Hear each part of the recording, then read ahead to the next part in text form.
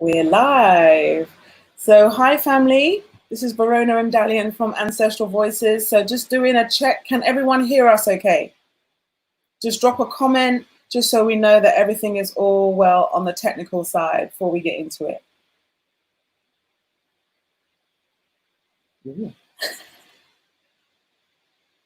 Can you hear us?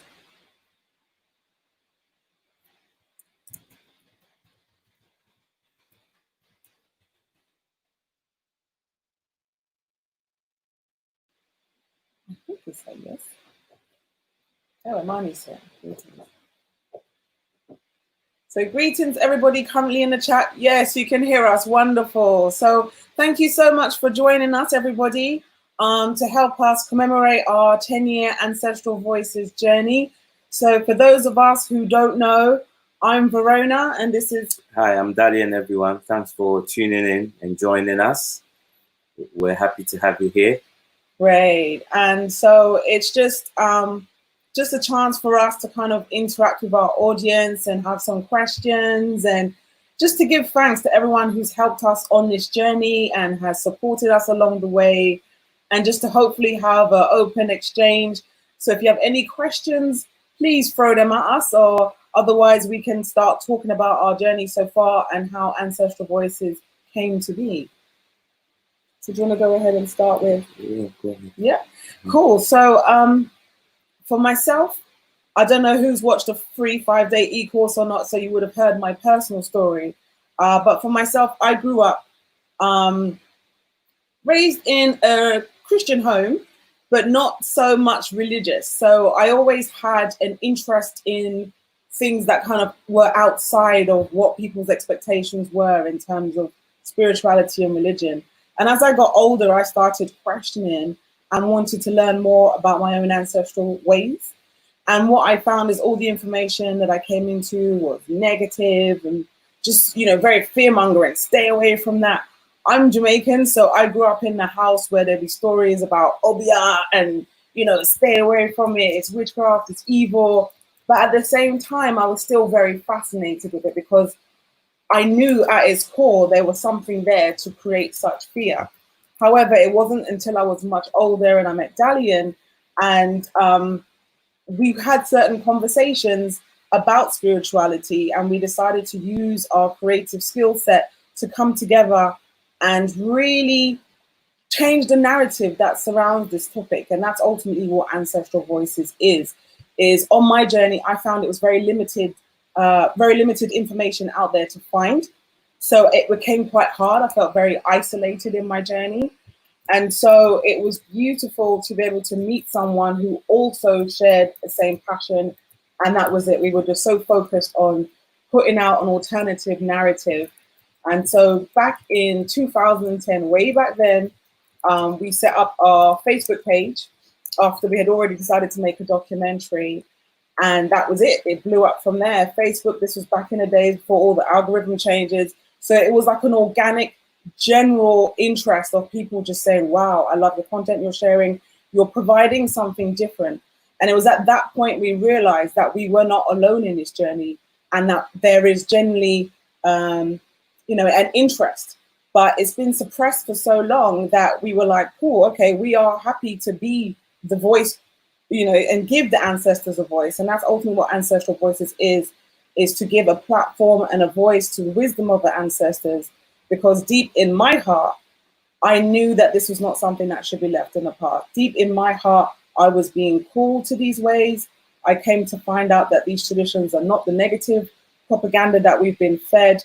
And so the last 10 years have just been researching, implementing, putting this information out in various forms, including documentaries, which we started way back then.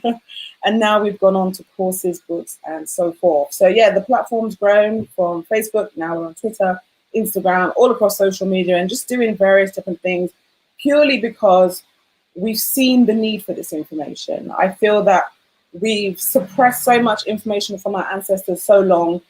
I got to a point in my life where I couldn't just ignore it. I couldn't stand by and allow their names to be ruined and told that what they practiced was negative and evil and belonged in the past. For me, it was just a calling to say, no, this is not right. I need to speak out. And so that's where my role in Ancestral Voices came. I know I've been rambling, so I'm going to pass on to Dee. Greetings, everyone. Again, thank you all for being here. My name is Adolfo, and I'm the co-founder of Ancestral Voices, husband to Verona, and father of 2 beautiful boys.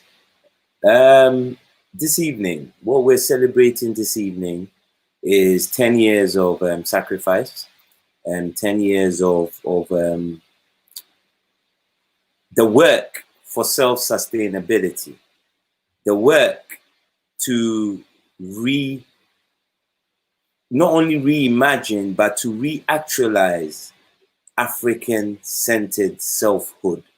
That very same essence of ourselves that was forcibly taken away from us, and taken away for good reason, because it is the very culture on which we stand that gives us purpose and direction in life. Okay, so today what we're celebrating here is 10 years of heeding the voices of the ancestors, to say that no longer do we want to be silent. Yes, what we've given to the world has been reappropriated, repackaged, reimagined, and re-given back to us, but without the African in that picture. So what we have here is 10 years of hard work, of hard graft, and uncompromising stances in our African-centeredness. Okay, so going back again to myself, my name is Adolfo. I'm originally from Ghana. I'm a Asante by my traditions, because my traditions is matrilineal, so I go with my mom's community. But I'm also an Akan. Both of my parents are Akan, because the Asante is part of the Akan Confederacy, or wider group of people. Be on my background as well, as most Africans are, because these religions, because it's not just Christianity, it wasn't just white, aka Europeans, who in the most vicious of ways removed Africans from their culture. It's also those we call the Arabs and Islam, and there really isn't, you hardly find an African who isn't Christian or Muslim. Okay, so I grew up in a Catholic household, or being raised as a Catholic, and I've done just about all the Catholic rituals apart from holy matrimony, which means marriage. I've been baptized, confirmed, Holy Communion, the whole 9. So myself, my journey started with the passing of my grandmother, because we share a special bond in the sense that we're born on the same day. And in the Akan system, we have this concept of called your Kradin. Your Kra is generally your life purpose, your divine destiny, why you're here. And Ding means name. So every name that is given in the Akan system correlates to the day you're born. And that is said to be your, in a sense, your divine name. So because myself and my grandmother share the same day of birth, which is Thursday, and when she passed, this is in 1989, I started experiencing quite a few revelations in my life. Okay, and these revelations were all very spiritual in nature. At the time, I didn't have the means of enhancing these communications, because I was a Catholic through and through. You know, I went to Catholic primary, then secondary school. You know, so it's been that tradition. But this is what happens when you listen to spirit and you surrender to the guidance of spirit. Because I just willingly opened for that communication to enhance itself and to grow. And that communication has grown all over the years. I remember back in the early 2000s when I was in college, which is basically after high school or secondary school, based on which part of the world you're listening in. I know there could be a whole range of people from different parts of the world. I've always had the inkling, you know. So in college, I was trying to make a documentary about the Asante spiritual systems. But, you know, being young, early 20s, you know, you fear the social ostracization. At that point as well, this subject was still very taboo. So, you know, even in my own young self, it wasn't something that I could bring myself to do, because I was afraid of what people would think, you know. So I kind of conveniently brushed it aside. But this is the other thing with spirit, in that spirit is always and ever present. It's always here with us. Yes, so we can decide to run or ignore the messages, but eventually it comes back to us. And to a degree too, I think maybe at the time I was in college, I wasn't ready, because what I would have done essentially is possibly have done what most other scholars in the African tradition had done, which is that they speak about specific African traditions. Yes, so someone will speak about only Haitian voodoo, or in my case, Asante spiritual systems, or it could be the Ewe spiritual systems. But in so doing, no one had really extended and expanded how these spiritual systems relate to each other. So even though in my conscious mind, maybe I was aware that in college days, I ran from the subject because I could have had it. I was doing media and communication studies. But there's also the element that perhaps it wasn't the right time, because I would have also then done the same thing, which is focused on Asante spiritual systems as if it was unique and very different from the rest of the African spiritual systems. But about 10 years later, you know, in journeying through many other religions, you know, going through the Deen of Islam and Buddhism, I came to realize that all these religions or spiritual expressions were all derived from the African source. So what better system should I really engage with than those of my own ancestors? And that is how Ancestral Voices came to be about. Myself and Verona had conversations about our various spiritual journeys, and then realized that home is best. Home is the parent. And from learning about the parent, we can understand how the children came to be the way that they are. So that's my introduction. And once again, thank you all for being here. And I'm looking forward to your questions. I'll give a quick shout out to Brother Imani and Mark Brown, you know, and all the other ones. I know I see Sister Oni is also here. Sister Oni Lasano produced some music in the Spirit is Eternal documentary, and we're truly grateful. Obama's Beat, which is the music that appears where we have, you will see the map of Africa and all the different names for God among the different communities there. So it's thank you so much for the contribution of that music. It's very powerful, and it pulls the documentary together so well for all those who have seen it. So thank you. And you're all appreciated. Yes, obviously we know the personal ones, but everyone who's in here taking the time to be with us today, and just all the beautiful comments that are coming up. We're just going through and adding some online. So when you do start posing questions, we will look out. So you know, if we don't pick it up the first time, just maybe repost it again. We'll try and get through as many questions as we can. For those who are familiar with us already, fine, you already know who we are. For those who are new, I have put a link in there with our web address. I'll also scroll it on the screen. So if you do want to find out more about our documentaries, or if you want to do our free e-course, someone mentioned that they found it very helpful in their journey, or if you just want to donate or whatever you want to do, feel free to get in touch, read our articles. That's all on our website. Okay, so quick question from Oni. Will this be recorded? Yes, it is recorded. It's going to be live on YouTube and will remain on YouTube. So you can come back and watch it anytime later if you can't hang around now. But we appreciate you coming to share the love and obviously the music as well. We truly appreciate it. And absolutely. Also to Akina, you're right indeed. Again, perhaps this is why the first documentary about the Asante spiritual systems never came about, because the knowledge wasn't exactly fully there. And maybe what I could have done would have been perpetuate the same myths that Christianity had forced on that system as well. So yeah, there is no time for anything but the time that's, in a sense, divinely ordained, because all things exist in synchronicity. You know, we in our conscious mind might want things to happen a certain way, but it doesn't always need to be that way. Perhaps what we should focus on is that it actually does happen whenever it's meant to happen. And again, this speaks to what I said earlier about surrendering to spirit. Yeah, we don't have to be in control all the time. Some things we have to allow ourselves to be led to. Yeah, so looking forward to the questions. And I mean, I just want to shout out to Yurisha. You have been instrumental. Sorry, I start again. You have been instrumental in my reconnection to my ancestors. I set up my altar took both courses, and recently went to Ghana with my daughter.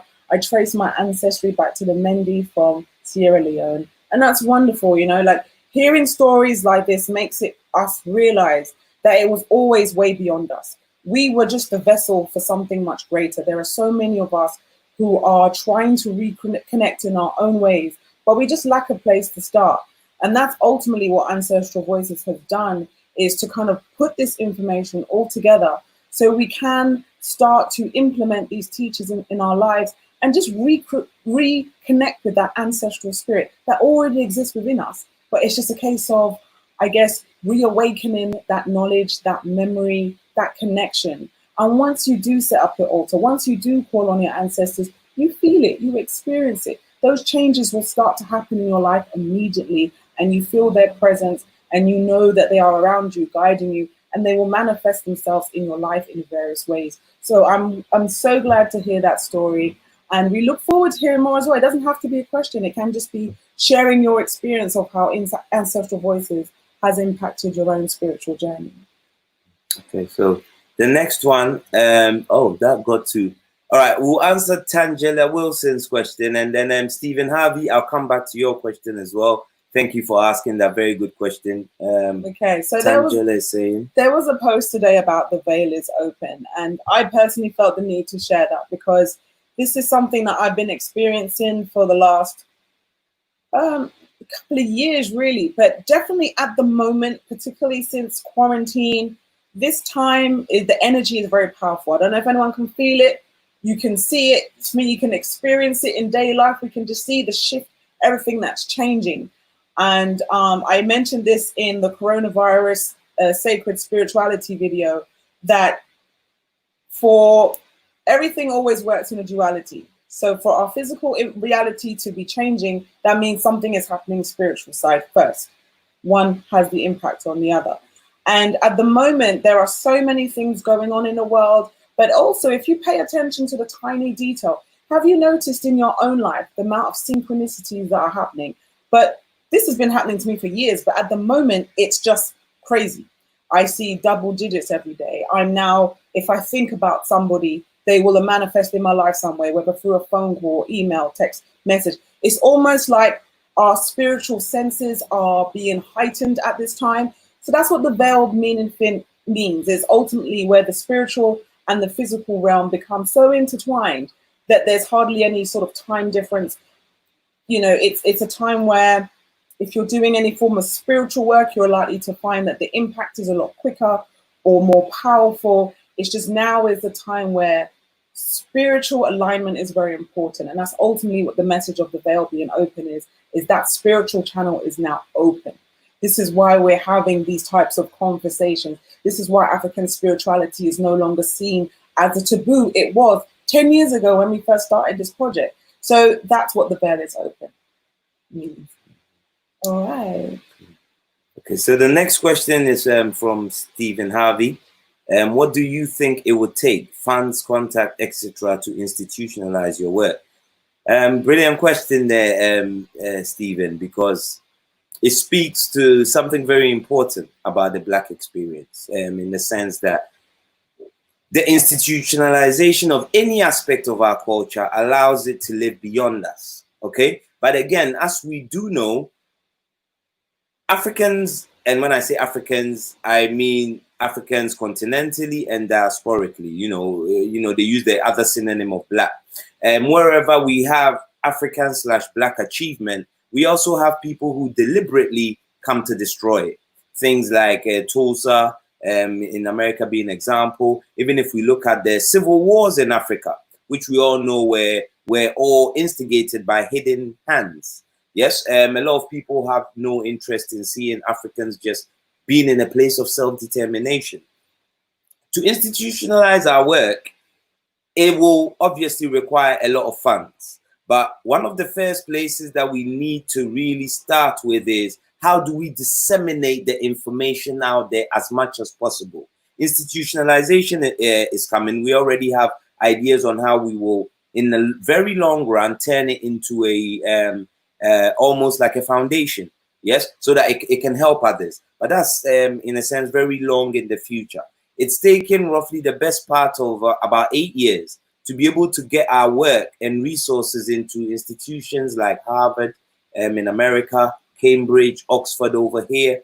But then there's still a lot of work. Places like School of Oriental and African Studies, SOAS. We have Deakin University in Australia. But these are a handful of institutions of learning.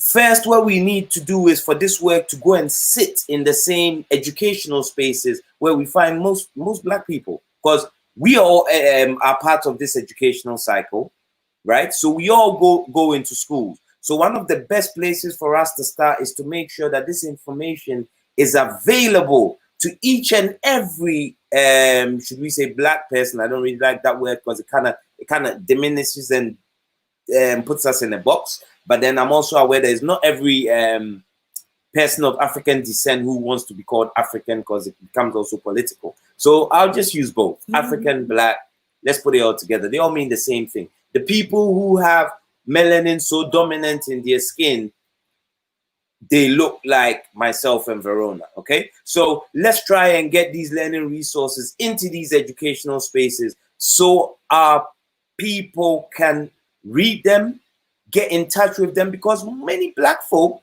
you'll be very surprised. Most Europeans, whites, be it Chinese, Indians, they're actually fine with actually getting some information about African spiritual systems because they can see its relation in most of their cultural practices.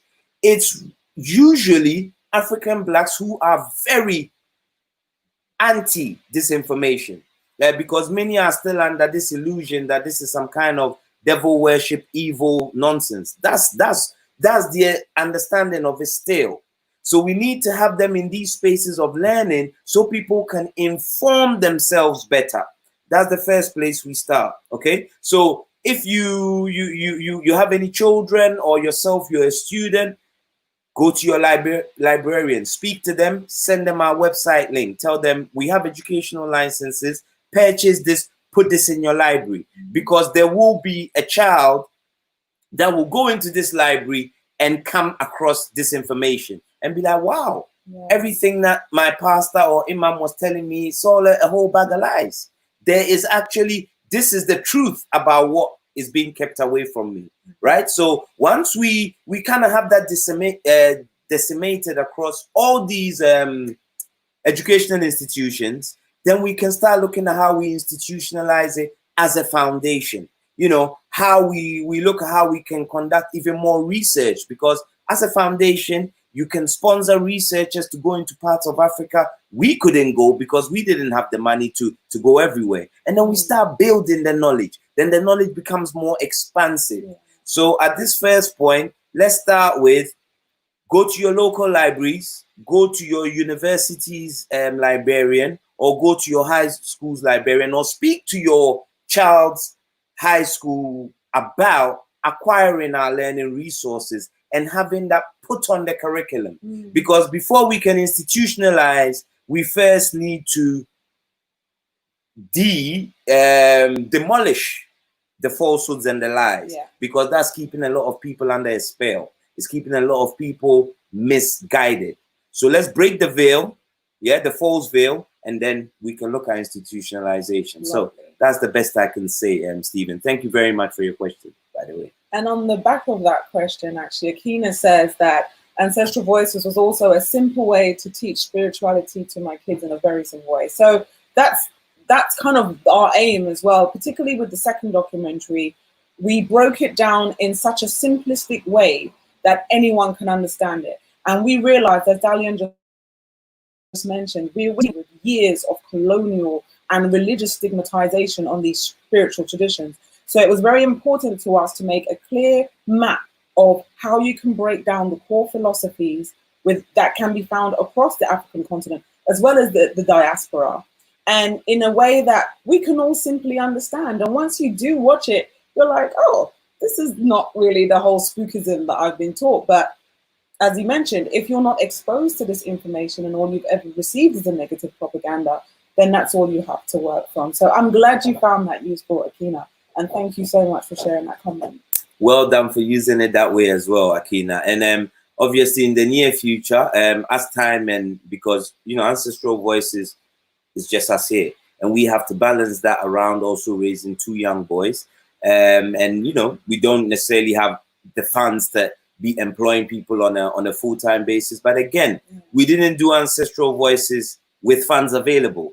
We, as we said already, we made sacrifices, put in our own personal savings, and then in some cases fundraise, because this is a story of a people. It's not just us. We don't own. This is the legacy of our ancestors, and we're just carrying it forward. So we all kind of have to appreciate the fact that at some point you're going to be called, and you have to put in the work. If we all are not willing to put in the work, then all we do is we end up creating what I call a spiritual deficit, and we end up putting a lot of should we say stress on others, and they might not be able to deliver. Then we go around in this vicious cycle of saying, you know, black folk, we don't really do anything, we don't institutionalize. But what we have to realize is the institutionalization is all of us. We all have to be willing to put something in, you know, otherwise it's not really going forward. Ni Clote also, not to worry. Yeah, thank you too for the questions, because as you know, for me, I've seen what happens to the individual when you allow yourself to be guided by spirit and to go with spirit, you know. So I'm always open to answering questions, to giving a little bit of guidance and advice that I can, because just seeing the willingness yourself to want to spiritually develop, it's touching for myself, you know. So anytime, yeah. You keep dropping them, as random as the questions may be, nothing like a silly question. So I'm always happy to assist, yeah, where I can. And Alexis Davis says, your documentary helped me to understand what I've been experiencing, and I'm grateful. And thank you for sharing that comment. And this is something that I have come across a lot, particularly when people have watched our free 5-day e-course and they hear our personal stories. They're like, oh my goodness, that's exactly how it was for me. And oh, when you said this, I can relate so much. And this is the thing, we haven't really had a chance to be surrounded by these conversations or have people that we can speak to about it. I know on my personal journey, I felt very isolated before I met Dalian, because nobody in my friendship circle or family unit could understand where I was coming from at all on any level. They just looked at me like I was some kind of weirdo freak. Like, what is she doing talking about ancestors and African spirituality? You know, what's wrong with her? What's going on? So it's beautiful to see that people are finding within our work answers that they intuitively knew, but sometimes you need that external confirmation, because we're kind of walking around with these thoughts and feelings, but not knowing that there's others who feel the exact same way. So I'm so glad, Alexis, that you found use in our work, and that it's confirmed what you already know, and that you're now going ahead in your journey, and we hope that you're going well. So wonderful for that connection. The next question we have, thank you, keep the questions coming. I will make sure the films at some point. Oh yeah, we will. We'll how long? We're half an hour in almost. So yeah. Okay, so in about 15 minutes, we'll be showing one of the. Yeah, we can put it on context. We'll start with the trailers in order, so we can kind of, for those who haven't seen documentaries, can kind of get an idea on the work that we've been doing. But we'll take a few more questions tonight. So the next question is from Natasha C. Do you have any suggestions for overcoming the apprehension and negative impressions that are ingrained in us by spiritual indoctrination?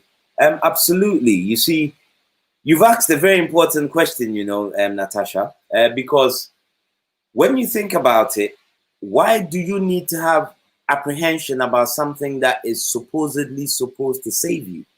If anything that is supposed to liberate you, liberation gives you a sense of what? Freedom, a sense of limitlessness to a degree. You know, you understand the totality of your being.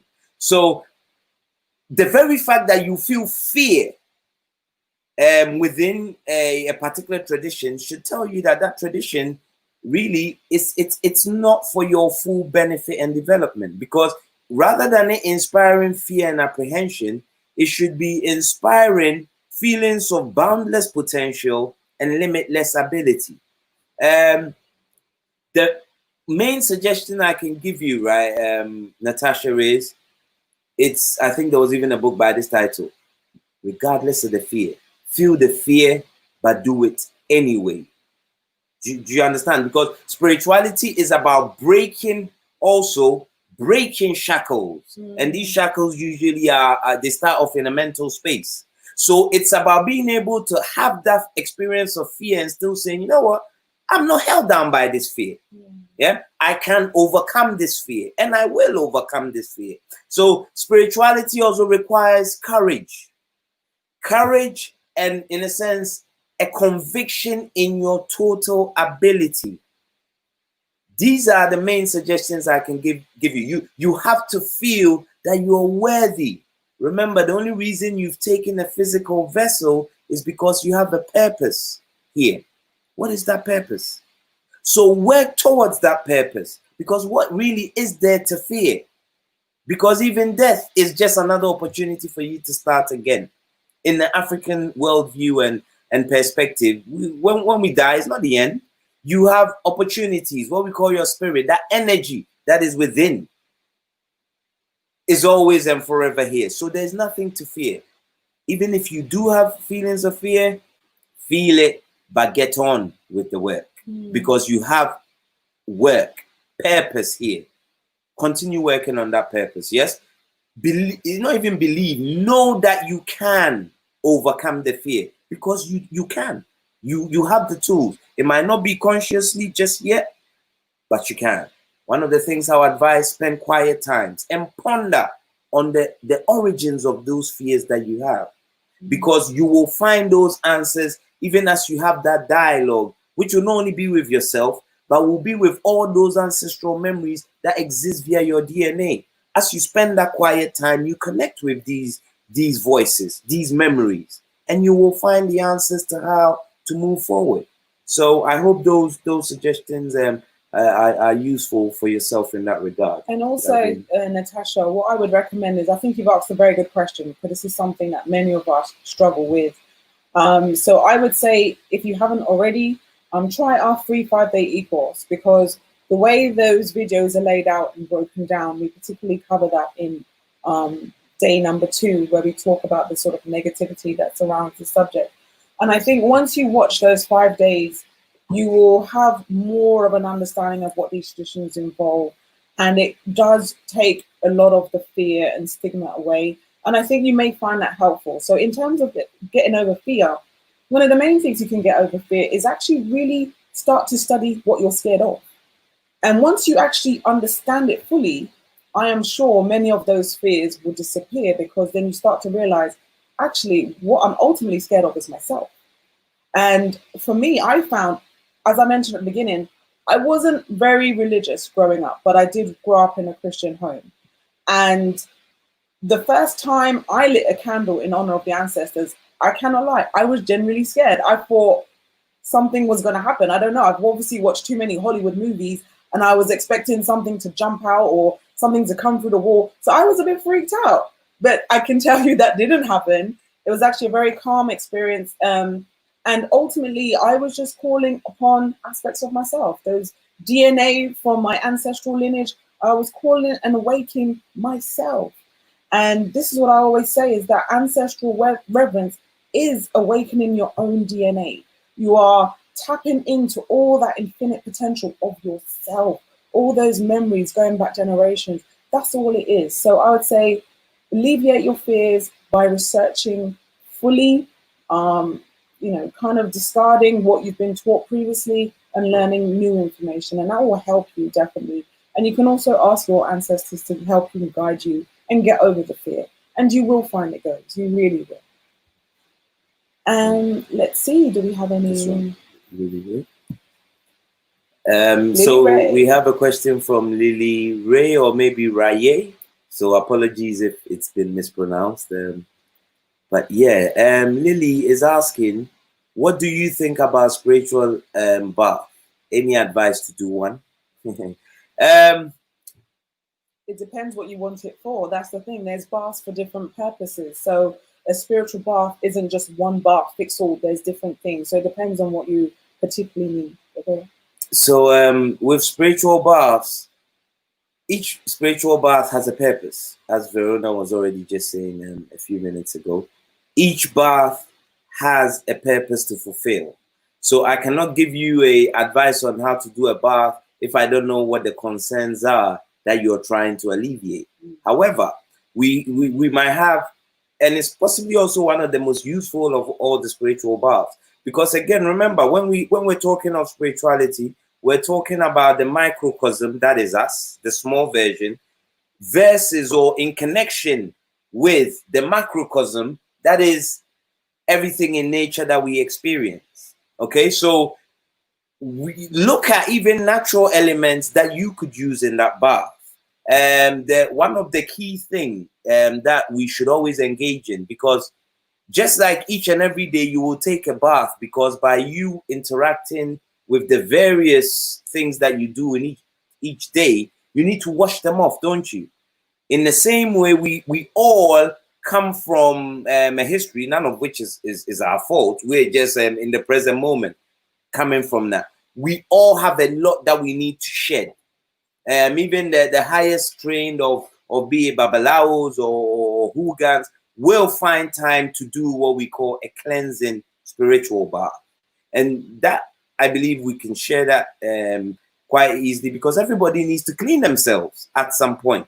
Otherwise, you're holding on to baggage that lowers your vibration and keeps you in a low space. So to do that, the most basic things you need in there will be some sea salt, preferably rocks, not iodized salt, and then some lemons that you can squeeze into, because the lemon itself also performs a cleansing function.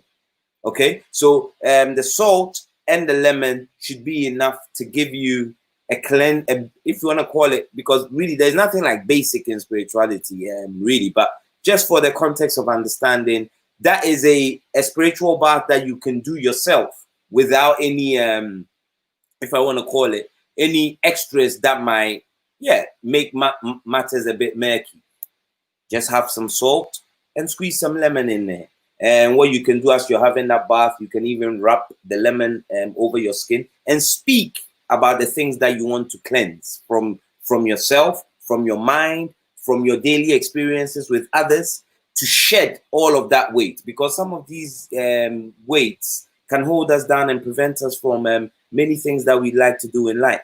Okay, so I think that's a basic general spiritual bath that we can just recommend and give out. But no, every spiritual bath has a purpose. And this is why usually it might come from a babalawo or someone who's very highly trained, or as you yourself develop along your spiritual journey, you start to know which herbs have particular properties, which plants you can get certain qualities from, that you can all use to aid manifest what you're trying to do, whether it's cleansing or bringing something into manifestation or creating certain alliances. Spiritual baths, for as many human uses that we find for living, you can also make a bath for that too. So it's expansive, yeah. But hopefully the cleansing one will get you started along your journey. Okay, so the next question is from Barbara Gillison.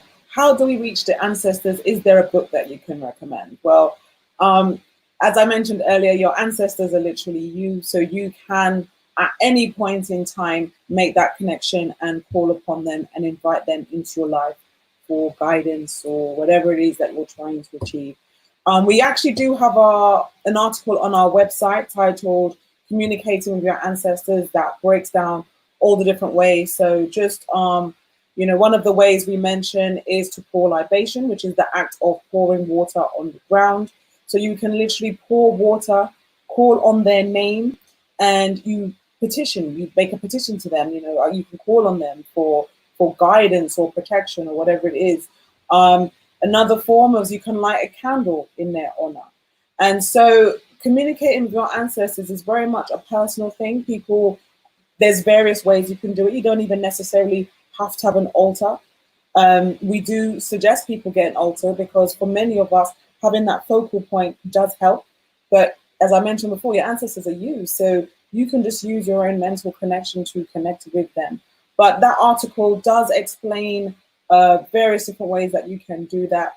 There's our website on the screen as well. In terms of, you said recommend a book, I think our documentary series is worthwhile, but possibly our free 5-day e-course, because by the time you go through that process and watch those 5 videos, you will have a lot more of a comprehensive understanding of ancestral reverence and how that communication takes place once you even start to implement it.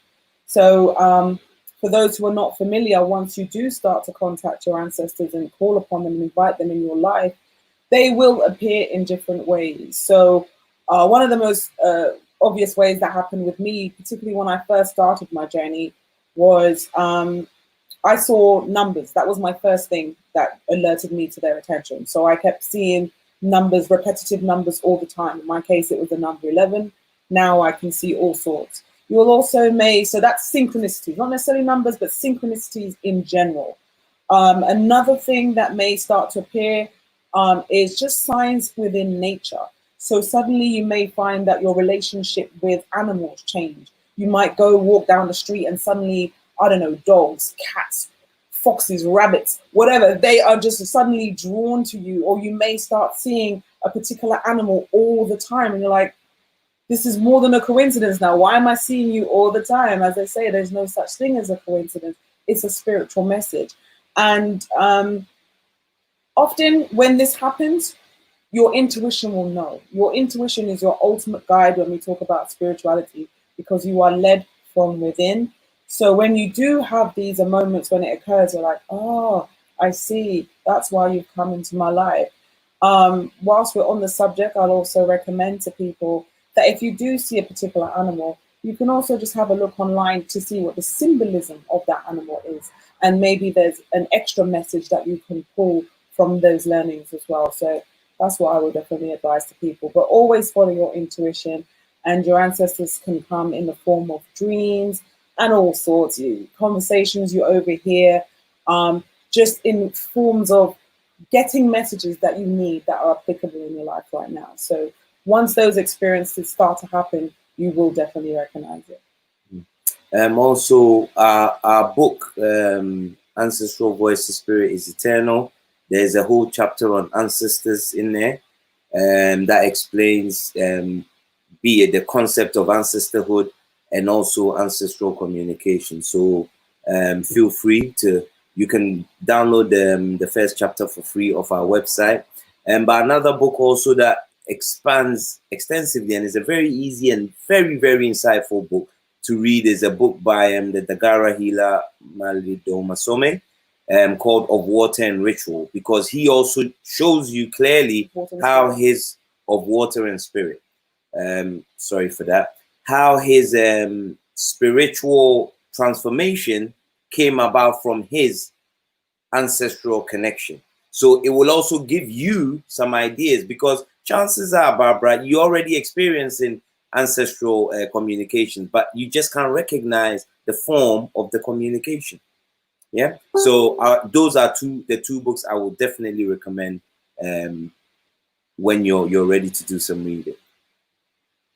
Okay. So we're just going through. So do you see any significance of ancestral voices being birthed in spirit in the age of Aquarius, the age of information? Good question, Imani. Oh, sorry, did I not say age of transformation? Good question, Imani. I would definitely say that it's not. There is a significance. I would say there's even a significance of us celebrating our 10th year in 2020 as well. And as we, all that's going on in the world right now, I think that now is the time definitely of information. As we mentioned before, the veil is lifting or getting thin, that the sort of spiritual revolution has increased. And I know that when I started my journey, which now, I think it's about 19 years altogether, not African spirituality, because I started way back with sort of, New Age and all that kind of stuff. And it took me a long time before I actually reached African spirituality. And then that started. But the point, what I'm trying to get to is that no real spiritual revolution can take place if we're not going to go back to the beginning. So this is where I found there was a massive gap when I was looking into sort of New Age teachings and all that, that it doesn't cover the indigenous spiritual traditions of various communities, particularly Africans. And what we will find is there's a focus on Egypt, but neglecting the rest of the continent. And so I feel that the fact now that we have reached 10 years and the conversation of African spirituality has become so much more widespread, the fact that people are questioning reality so much more generally, not even just spiritually, but just with everything, it's like we are now reaching a point where we're sort of breaking down all the lies, we're breaking down old paradigms, old systems, and what comes from that is a rebirth. And with a rebirth becomes new knowledge, starting again, going back to source and using that information to go forward. And I very much feel that Ancestral Voices has been, you know, we've been very strong doing that. And it's literally just us, as Dalia mentioned earlier, but I feel that, yeah, there is definitely a significance in us doing this work and kind of being that beacon and saying, look, this conversation needs to take place. Because I know that for many of us in our communities, this conversation doesn't take place. Maybe more so now, but definitely not 10 years ago. It was seen as taboo. So it needs people to stand up and say, well, actually, this isn't right. We're looking around the world now and people are speaking out about a lot more things. So I think it's very timely that we are celebrating 10 years at this time, because it shows we're ready. And there's still some conversations that people still trying to shy away from, but we're here talking. So yeah, I definitely feel that everything that is happening right now is a sign of change and a sign of current systems collapsing to allow new systems to be reborn. And I feel that any new systems that are reborn need to be born of teachings that sustain our natural environment and our world. You know, we can see around the world right now, we have these sort of systems that are very destructive of our natural environment. If we're living on a planet, we can't destroy it. It doesn't make sense. So when you look at these indigenous teachings, it's all about living in harmony with your environment. It's about living and being in tune with your natural environment. So I think that this information is very powerful and much needed at this time. Yes, so Brother Imani, yeah, that's a brilliant question. There's nothing V said that I don't support, but just to emphasize the point of there being no coincidence. So as you said, is there significance? Absolutely. But I walk in the guidance of spirit, in being open. It's not a submissive place to be. It's actually a very powerful place to be. You know, we are taught that we kind of make our own lives just fully of our own volition, and nothing could be further than the truth. We get guidance that we add or express through our volition or our own actual works. So if we're not willing to be open for that guidance, then obviously, yeah, we miss out on these things, and nothing before its time, you know. So it seems like it's synchronized exactly with that age, but then there should we say wider forces at work that we've just become a part of that instrument. So we're just happy we could put back something to give to the ancestors. And the next thing I'll do, I'll read a message from our good brother Chris Christian here, because it's very timely and very important. Thank you so much, Christian, for replying to Natasha C. And as you correctly said there, I understand where you're coming from. I too come from Christianity. Rely on spirit, honor the ancestors daily, be consistent in ritual, and understand that everything is a process. That's just a fantastic response. And to give you some context, Brother Christian actually broke away from that Christian mindset shackle, and voluntarily, willingly, where did we put his video? Because he actually put his video up online. After watching the free 5-day video e-course, he was just like, wow, I cannot believe it. To give more context as well, he was actually a bishop too.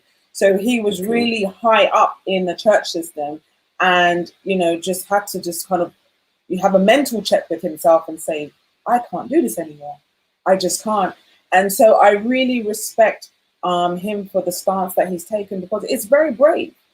I mean, we don't understand that these religious institutions are it's not just a religion, it's a community, it's family. You're walking away from your whole your life, your community. It's a very big deal. And so many of us are not brave enough to step out of that because we're thinking, I'm going to be isolated.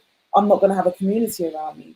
And Chris decided that, you know what, I'm going to do a video testimonial speaking on how your work has impacted me. And so I have to give utmost thanks. And just even seeing this, I mean, you're still so very new in your journey, but just even your response speaks volumes. It shows that spirit is clearly working through you. You're already clearly on the path. And that is what Dahlia mentioned earlier. You have to live your truth and just let spirit guide you. And we often worry about the labels that people will project on us or how we're going to be perceived. But once you're walking in your own truth, none of that will matter anymore. Things will always work out the way they're meant to be if you're living in accordance to your destiny. I didn't mean that to rhyme, but it did, but there you go. So where can they find Christian's video? Because for those who also need to be inspired, because often people can look and think, oh, these two must be special for something, so this, that, and the third to be happening. It should be on our YouTube channel. So you're already on YouTube. So once you're finished, please feel free to go through the videos. We've got a lot of video content on there, and you can have an idea of the work that we do. And you can watch Chris's testimonial there as well. But even as you said that, you know, he's new on the spiritual journey, that in itself kind of obscures a bit of it, because he might be new on a particular African spiritual journey. True. But there's no coincidence why he was possibly even a bishop in the Christian tradition. Yeah, of course. So again, as I've said, and I'll re-emphasize, because we all need to be aware of this, how spirit speaks to us. Perhaps because we're not familiar with the language, it takes a while for us to start understanding. So, you know, the brother Chris Christian here was a bishop in a Christian tradition, and now he's walking in his fullness of self with no shame. Absolutely, as you can see from his comments, powerful stuff. That is so powerful. Thank you once again. It's beautiful to see that. I love when I see how the work has influenced people. And I can see the influence, and I can see that you're being honest within your own self. And yeah, wonderful. Keep it up. Keep it up. Quick question here from Monique. Well, comment from Monique. Your book changed my life, so that's fantastic. Hey, thank you very much for that, Monique. And perhaps for the other sister that was asking about books that she can recommend again, Monique. I haven't told Monique to type this. She's found the value in the work, because, as I said again, we have a whole chapter on ancestors there. And the book is not only just an academic publication of all 10 years of research, but also is a manual, because in that book, there are specific rituals that you can actually actively take up and do in your work. Because when we're doing the research work, we just didn't want to give a piece of work that, you know, it sounds great in the mind, grand theories, and then after you're like, okay, so what do I do? So each scholar, each sangoma, each spiritual healer that we spoke to, we asked them for rituals that our family who might not be on the African continent and cannot be seeing these spiritual people could actually do to raise their spiritual connection. So all those rituals they shared with us happen to be in the book as well as part 2 of the film. You know, so just find which one works best for you and start implementing them, because the spiritual journey is about the practice. It's not about the intellectualization. It's even more powerful when you combine the both, because both feed you to grow. Okay, so thank you very much for that, Monique. It's very heartwarming. Thank you. Lovely. And Monique also just has one more comment and says, thank you for pushing through. And I think that I really appreciate that comment, because it has been a very difficult and challenging journey doing this work. And as you mentioned, we started filming the first documentary 10 years ago in April. So that was April 10 years ago, we started the first film. And literally when we started the documentary, the idea was just to create a platform to have the conversation, just for the conversation to take place. And so what I'm going to do now is use this as an opportunity to go and show the trailer for part 1. So before we click on another question, I'm just going to experiment with this. Okay, so please, everyone who's asked questions, from Constance down to Shirley, we will be we will come back and respond to the questions. Please don't go away. We're just going to show some of the excerpts from the films, and then hopefully it will guide us into even more conversations and questions.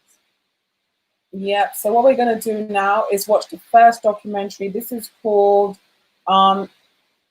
Esoteric African Knowledge. So Ancestral Voices, Esoteric African Knowledge. Hope you guys can all hear it.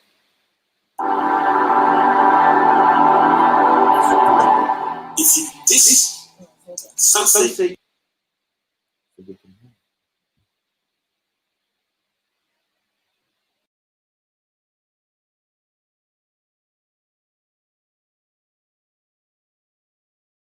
yourself with your ancestral heritage, be you Japanese, Chinese, Indian, African, you are lost for your ancestral, your cultural heritage.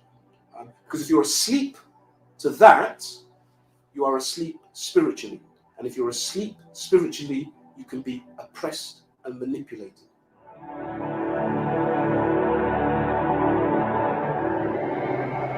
Juju, voodoo, evil, apparently.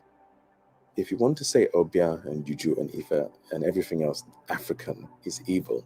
It is simply a tool that we have given. It is a God-given tool. It is a tool that exists in the universe. Use it for good, use it for bad. I was always taught that you use it for good. The first Christian worshipped Jesus at the end of a whip. He didn't choose to worship that. How would you choose the religion of your oppressor? It makes no sense. But I would argue and say that no, Christianity is actually, it predates your traditional beliefs because it was, the spirit was there before everything happened. The tradition, the culture is to do with the universe and our place in it. Religion doesn't deal with that. Religion deals with one person. They have personalized God. You know, the other reason why African religions are so maligned and bedeviled is because if religion covers your total being. So if you follow your religion, it means that you're servicing your total self. She didn't believe in doctors or anything. She was her own doctor. She was guided by nature. If you were ill, she knew what bush, what to do, what prayers, that's her way. But to everybody else, she's an Obia woman. African belief systems have not been given the same mainstream attention or concentrated research. That is why we don't understand them, and which is why it's deemed negative. It's just lack of understanding.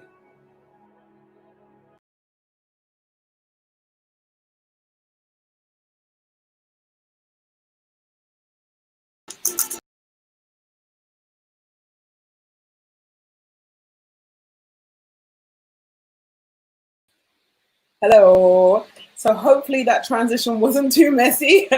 So hopefully you watched the movie or the trailer for part one. So if we just give context about what was going on at that time. So we have some moments back. So we were basically at that time, we were both working full-time jobs. We didn't have children at this point. Yeah. And then we had to try to fit filming around our personal schedules. Dalian was also doing his master's at the time. So he would literally film either like in the sort of evening period or weekends. And so that went on it took us about a year to make the first film, didn't it? So the first film was completely 100% funded by ourselves. We didn't seek additional funding because we knew, number one, that potentially people weren't going to support the project because of the content. And number two, we were just thinking, let's just do it ourselves because we don't want to put ourselves in a position where we have to change the narrative to suit whoever is going to give us any funding. So we recruited different people it was literally a case of approaching random people and saying, would you be interested in doing this documentary? We sent an email out to a few sort of Black cultural organizations and things, asking whether they've been interested. And in the beginning, it was quite difficult to get people on board, I can't lie. And I think maybe people just weren't sure where we were coming from, whether we were just going to come with a sort of same negative propaganda approach, or maybe people just didn't want to be seen on camera. I'm not sure. But in the end, we got a good mix of voices to speak. And I think that everybody we did manage to get together, you know, brought their essence to the documentary. And I think what I love about the first film is we didn't tell anyone what to say. They just came with their own opinions. And you get to see a mixed array of voices, which I think is definitely necessary in terms of this conversation. Because as we said, the first film was to open up the platform to have that debate. In terms of the scenes shot in Ghana, Dalian and I, at that point, we were together, I think, about a year before we started filming Ancestral Voices 1. And I was supposed to be going to Ghana to visit Dalian's family for the first time. So that's what that trip was all about. But because we're just so extra in everything we do, we decided to use what was supposed to be a family trip to go and film and meet traditional Okomfo and get information and put them in a documentary. So that's how that came about as well. So literally on holiday, traveling about with a video camera, Dalian's mum was so helpful in getting us access to these people and setting up a lot of things for us in advance. So we are truly grateful for how the whole thing pulled together, and it literally turned into a collective effort working on that project. Excellent. So kindly bear with us. As you may have already realized, this is the first time we're having to use some of these technologies like the StreamYard, connecting it to YouTube. So, you know, if there are any glitches, don't worry too much. You know, mistakes are a part of life, you know, it's how we learn. So we'll come back to the questions again now, okay? So Need 58 Boo. What's the name of the book? The book is called Ancestral Voices, Esoteric African Knowledge. The book, Spirit is Eternal. Oh, the name of the book. Ancestral Voices, Spirit is Eternal. Sorry, I'm trying to read and then answer, so mine went off to the next question. Apologies for that, Need 58. So the book is called Spirit is Eternal. It's on our website. So if you go onto our website in the shop section, you'll find the book there. If you purchase it through PayPal, I can sign the book for you and then post it. But if you buy off Amazon, obviously that doesn't come through us, so I will not be able to sign it. That's the only difference. But also, you can download the first chapter for free and have a read, so you understand where it's taking you to. And also, to give you extra context, the book is accompanies the documentary of the same name. So if you were interested in getting both, you could opt for the home study course, and that comes in either digital format or physical if you want the actual paperback book. Okay, so we have to put Sister Aiza's question up. It's a brilliant question. We are experiencing a spate of these unsolicited advice. Says, what do you think about the development of a website where we can raise spiritual workers to help people choose who to work with, in the same way that websites help people choose medical doctors? That's a fantastic question, and it actually speaks to the earlier question about the institutionalization of our, not necessarily the traditions, because you can't institutionalize spirit. Spirit is as boundless as the air, but giving us a foundational structure, I guess, of which we can do that. No, absolutely. I think that's a brilliant idea.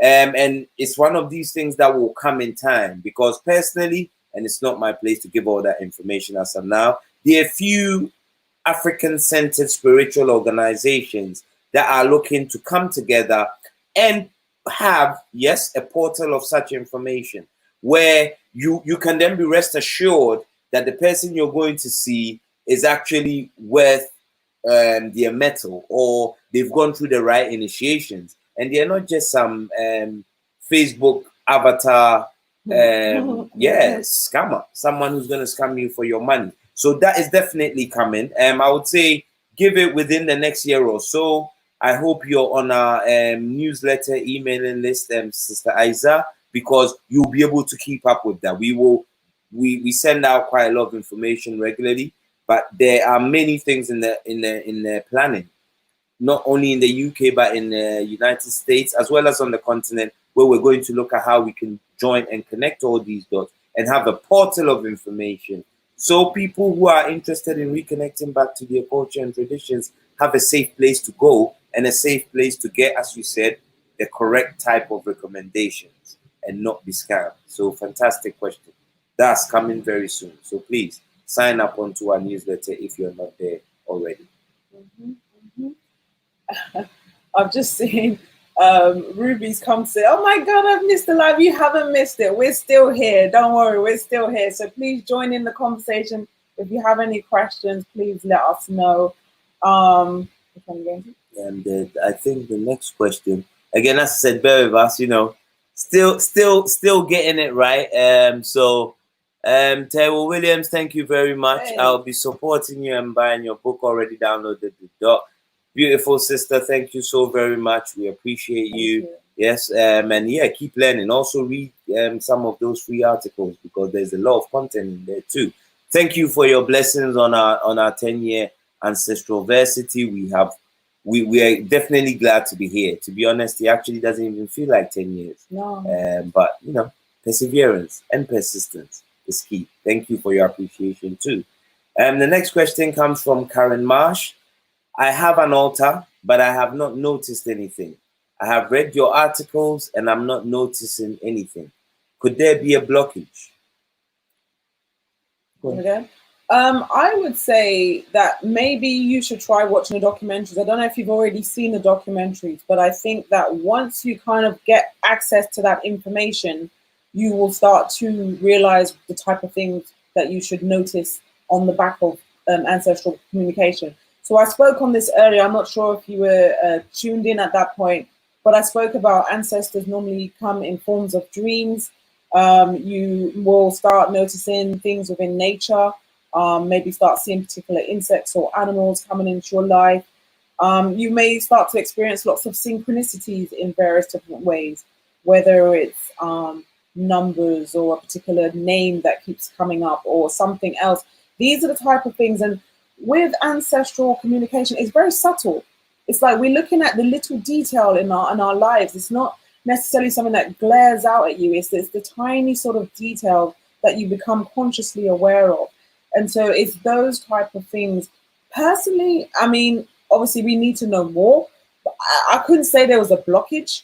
I would just say maybe just look into it a bit more and maybe I think watch the documentaries. I think that will help clarify a lot of what you're missing. Yes, Karen. Thanks for the question. You know, you said you have the altar, and you know, obviously, as Verona has already touched on, we need to know a bit more. So that some of the questions I can ask you is, what do you have on your altar? Yeah. Are there, you know, bits for your ancestors? Are there elements for even natural elements? Because we have to know a lot more detail before I can't tell you there's a blockage. And even if there was, there's no blockage that cannot be unblocked. Yes. So what are you hoping to notice? What exactly are you hoping to notice? That's another key thing. Are you not having any dreams? Because that altar gives you a psychic space to focus your energy. So there have been things, but perhaps it's what you're looking to notice that is making you miss the very obvious in your face. As Verona said, it's very subtle. Don't expect a kind of big bright light in that regard, you know, being that might appear with all these kind of angels. I'm just, you know, putting a bit of banter in there. But no, the communication always happens. Sometimes it can even be the nature of your thoughts and how they change. So I would say, do some more work on your altar. Clean the altar. Yeah. Make sure there's always water. Use the water as a means of giving your altar that's should we say spirit of life. Yeah, the same way water is what maintains our bodies. Put it on there, and I'll say keep the work going. Don't stop. You think you may have not seen anything now, but then think of how many years you've lived all this while without ever having to do that work. So don't expect overnight success. That's one of the things that we have to be very, very careful with when we're walking the spiritual path, that we want overnight success. This is not the lottery. Yeah, this is consistent. practice, and you will start to get results. Yeah, keep it consistent and you will start to see the changes as they happen. Okay, so no, don't worry about the blockage. Just keep doing the work on the altar. Okay, we have a question from Shirley Winston, who says, I've been seeing a synchronicity of numbers every day, several times a day, especially the number 11. What's happening to me? So this was my exact experience after I started communicating with my ancestors. After I set up a candle, I called upon my ancestors for the very first time. I didn't know what to expect. But what happened is, I can't remember exactly when, but whether it was like a week or so afterwards, I started to see the number 11 all the time, to the point where it was not a coincidence. I mean, every time I would randomly catch the time, it was 11 minutes past the hour. And so I've even written an article about it. It's on our website as well, titled Keep Seeing Repetitive Numbers. And ultimately what is happening to you is you are being spiritually communicated with. Seeing numbers or seeing any form of repetition and experiencing synchronicities are a way of spirit getting your attention. And they clearly have got your attention because you've noticed it. So now you've noticed it, it's about what are you going to do with this information. You now know spirit is calling you. Spirit has a message for you. So this is where it becomes important to start developing yourself spiritually, whether it's through having an altar set up for your ancestors or invoking their essence by pouring libation. But it's a call to start inviting them into your life and to ask them, what are you trying to tell me? What are you trying to show me? And by doing that, you will find that you'll start to get dreams and messages in other forms that give you clarity on why you're seeing these numbers. So basically, it's a call to you. And now it's a case of, are you going to answer the call? So hopefully that answers your question, Shirley. Let's not forget the two numbers. Even when we write 11, it almost denotes the post that you see by a door. So an invitation perhaps for you to enter a new, or rather, because there's no new, an extended experience to what you would call your life. Yeah, it's like a gateway, a doorway. So it's an invitation for you to go on to your new reality. So embrace it and walk forward, Shirley. The next one is from my beloved Maria Carter Evans, because I know Maria well as I can know someone from meeting on social media, and you know we have a lot of conversations based on some of the things I share and whatnot. So thank you for turning up, Maria. We appreciate you immensely. And a very important question you've asked here: what does war have? What place does war have in spiritual cultivation in terms of self-defense? The first thing is, in spirituality, let's remember spirituality deals with everything in the realm of existence. That's what spirit is. Yeah, what people might even call God or the source of all creation. Everything in existence is the creator, including our very self. So war, if we think of war, is just the other side of this other concept we will call peace, or a space where no one is exhibiting any angst towards each other. So in as much as we need peace and harmony, we also need war sometimes to bring peace and harmony, because we can see very clearly we have societies where after a certain period, you find those who've been charged with looking after the citizens rather abusing the citizens. That's an imbalance. And war will have a place to bring back balance. So this idea, which really is a kind of wide explaining of the Buddhist and the Hindu kind of traditions, that you're meant to be a guru and you cultivate this sense of Zen and then you're floating in the air. That's not all what spirituality is about. That is about, yes, obviously your self-determination and being able to maybe rise above certain things, but no, in as much as we have peace, because everything in spirituality exists as a dichotomy. Okay, so if we can have peace, then sometimes we need war. But war is a state of chaos. You can't find equilibrium, because spirituality is also about balance. So if there is a need for war, it's to bring balance to an imbalanced situation. Okay, so that's what the role that war will play. And again, I like the fact that you put in terms of self-defense, because You do not need to be at the brunt of somebody else's mistreatment. The fact that we all have life and we're here means we deserve to live this life in the best possible way that we can. We're not here to be slaves or economic slaves to anyone so that they can enjoy a life of opulence and excess while they suffer off your blood, sweat, and tears. That's an imbalance in itself.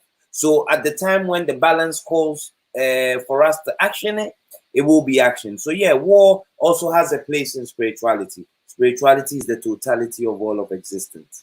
So yes, we can. So long as we're not instigating the act of war, but rather to defend ourselves from an aggression that will bring an imbalance to our lives. Absolutely. So thank you, Maria.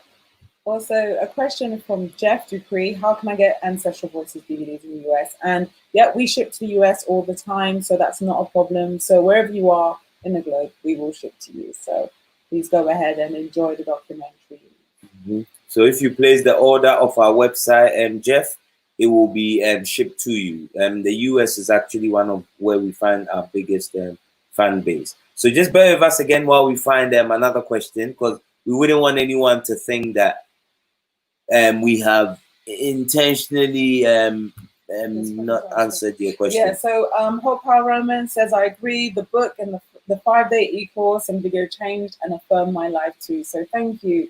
And thank you for all these comments. It's really wonderful to hear your experiences of how those films and books and have impacted your journey. So please send more of those in as well, and we will continue to put them up as well as the questions.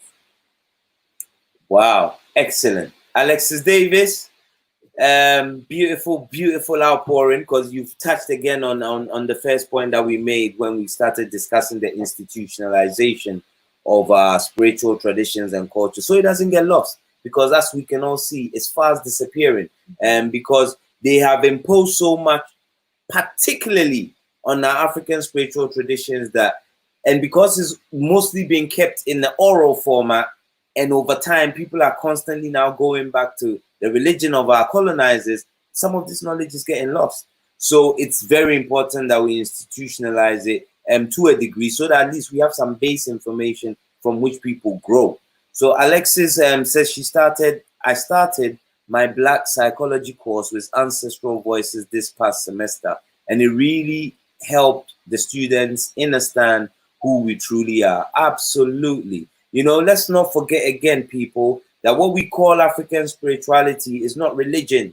This is a science. It's a natural science. And in that science, we find the disciplines of psychology, chemistry, physics, biology, nutrition, everything, again, in existence, because that's what spirituality is. So my point that I made to the brother who asked the first question, before we can even start looking at the whole institutionalization, let's first get into the place where we can disseminate this information to be as useful to as many of us as possible, because then we will have many hands to call when it's time to build those institutions. Let's get the information out there. Let's connect them mentally. They also psychically connect with their ancestral lineage, and then we see how together we make it all work. So Alexis, thank you for using it, because we love that it's in that educational space, and that is the place to bring about those necessary changes as a start. Thank you so much. Thank you. And also, this is for Sister Zai Zander. Hi, Sister Zai. She says, thank you for your commitment and drive. More strength. And thank you very much. Thank you. Sister Zai also came on and agreed to be an affiliate marketer for us as well. She liked our work, and she was like, you know what, I want to help you guys put this out there. So we appreciate that. So thank you very much, Sister Zai Zander. We appreciate it. I think this is also a good time, unless you have a question, we can go into the trailer for number 2. So to give context for Spirit is Eternal, when we finished the Esoteric African Knowledge film, which took 1 year to make, we got to about month number 7 of making the documentary. By that point, our last interview that we shot for that film was, we were lucky enough to meet Wayne Chandler at an event he was doing in London. And that was the last interview we did for the part 1 documentary. I was 7 months pregnant at the time, setting up my video camera. We were like, yes, thank you so much for letting us film you. And so once again, it just shows the dedication. 8 months pregnant, they're editing in the house, trying to get it all finished. So then after that, literally, we had our first son, who was born 6 weeks before the screening of the first documentary. And then so we took a break after that. We were just like, okay, we've done enough. But we knew we were going to make a sequel. And this sequel, we wanted to make the documentary more in depth, to cover more regions and to get more into the various different philosophies that can be found across the African continent. So this was a lot more labor intensive. It involved a lot of research, a lot of our time. And we didn't know this at that point, but it actually took us a whopping 5 years to finish. So I'm going to put on the trailer for Spirit is Eternal now. Okay, just bear with me 1 second while I just read a comment from Taiwo Williams. I appreciate both of you and how you have demystified our spirituality to the diaspora and onwards. Love that you're also from London. Yes, so Sister Tayo, we also appreciate you so much. So grateful. She also even helps us in our Facebook group administrating. So remember again what I said, people, this work, only 2 people, it's even way bigger and beyond us. But when you meet kindred spirit like Sister Taiwo, who comes on board and also is willing to put in the work. Remember what I mentioned, the sacrifice. You cannot say you want freedom if you're not willing to make that freedom come to you. That's true. You are the vessel that you need. Yes? So please, for those who are not even in our Facebook group, it's again one outlet that we are trying to use to keep the education going. Yeah. And Sister Taiwo gladly became an administrator for us to also help so that we can moderate our group easily. So if you're on Facebook, Ancestral Voices, the Esoteric African Knowledge is the group. As much as we do, a lot of interesting articles are shared in there, and we all learn. Yeah. Okay, so we can now jump on to the next video if you want. So Sister Much Tayo, we'll see you. Sister Tayo. Okay, thank you. Lovely. Okay, so hopefully we'll go for a nice smooth transition this time. So as I mentioned, we're gonna watch this Spirit is Eternal document. Well, actually, we're doing in the trailer, and I'm about to start now. We have to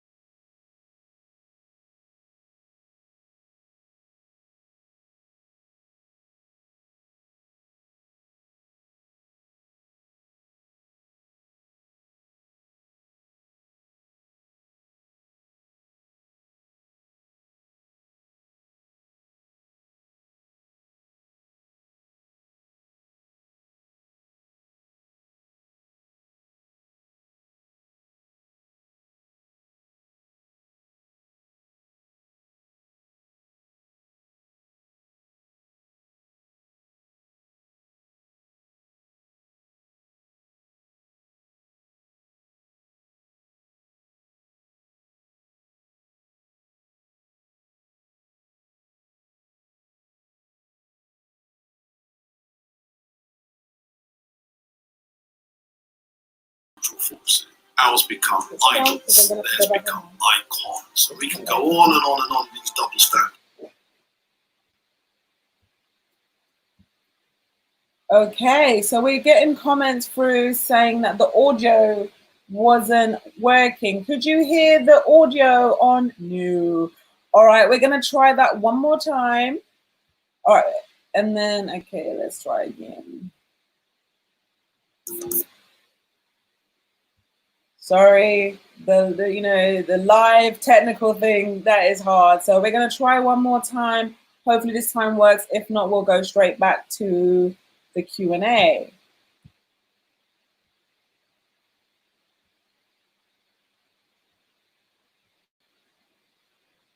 We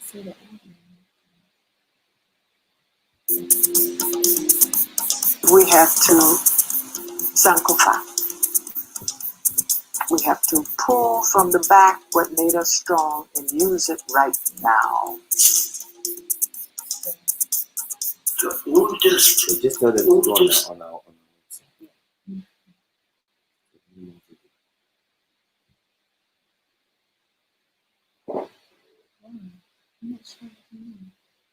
Okay. All right. So we're not sure what happened there. I'm so sorry about that. Yeah, that's a shame. But if you do want to watch the trailer, you can go on our YouTube channel and all of our content is there. So you can check it out. But as I was saying that this is Sabrina's channel. Yeah, but this is the first time we're trialing this software, so you know. But you know what? This is a very interesting point that you've raised, because even one of the stories or the experiences that we've had throughout this whole documentary is the amount of weird things that would happen behind the scenes. So, for example, on one of the first film, we turned up to filming, and like all the batteries, like imagine all of the batteries on the camera are flat. And we were like, but we did this, like all of them wasn't working. We had to get a rental car, travel really far to go do the interview to get there, and like it's not working. So we had to go and arrange another appointment. So like these are the kind of things that have been happening literally from the whole Ancestral Voices journey. On the Spirit is Eternal documentary, we got to quite far. Well, first of all, we had the original editing timeline, which had all the interviews in place, which was about, at that point, 3 hours long.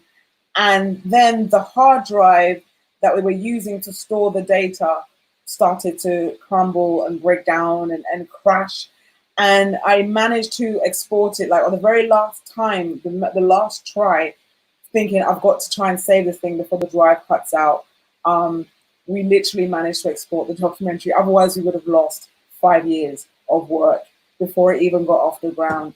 And then even when we got to the very final stage of the documentary, we knew that we had to get the DVDs ready by a certain date to time of our launch. And then our video camera that we used to create the audio decided to break down. The camera that's actually seen us through the whole Ancestral Voices journey broke down. And so the audio in the sequel film is actually done on a mobile phone. And to this day wounds me deeply when I'm like, ugh. But you know, this is what happens. And what we've come to find is that when you're trying to work and kind of, I guess, elevate the spiritual consciousness, you will find, I guess, forces that will try to work against you. And it's not necessarily a negative thing, it just is.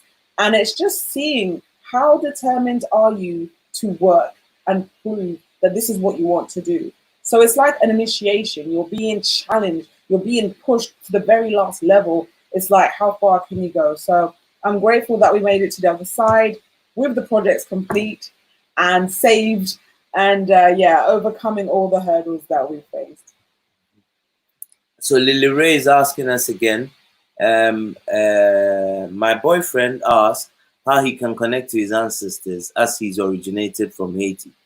Grew up in French Guyana and never heard about his elders. His parents don't share anything about their family members.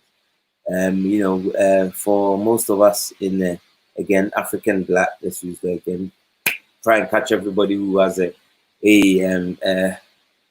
particular viewpoint and reference for how they see themselves. In the African Black experience, we tend to, you see, again, because of that colonizers' oppression, we tend to do this very harmful job to ourselves of leaving behind what we think is no longer useful, you know, getting rid of our traditions. This even then breaks up our biogenetic links with our ancestors. But again, as I said, they exist in the very DNA. So even if we don't have the memory of it as it's been passed down, we still have the ability to make these very necessary connections with them. Okay, so as we already mentioned, we have a free article that you can get your boyfriend to go and read on our website about different means and methods you can use to increase your spiritual connection. We also have a whole chapter in both part 2 of the film and the book that deals with ancestors and ancestral veneration and the whole concept of ancestorhood. So, you know, I would also recommend that you ask your boyfriend to even take the free 5-day e-course, because in learning about others' journeys, we can also get inspired to know about our very own. Okay, so those are the 3 recommendations that I will have for you to pass on to your boyfriend. Okay, so we're just looking in the comments, and apparently you were able to hear the trailer when it was played again the second time. So what we can do now is we can just go ahead and go straight into the Spirit is Eternal preview video. So for those of you who haven't seen it, we can put that on now and give it a try. Please let us know if there's an issue with the audio, and then we'll come back to do a remaining 15 minutes Q&A with you with your thoughts on what you've just watched. Yeah, so I'm going to try that now.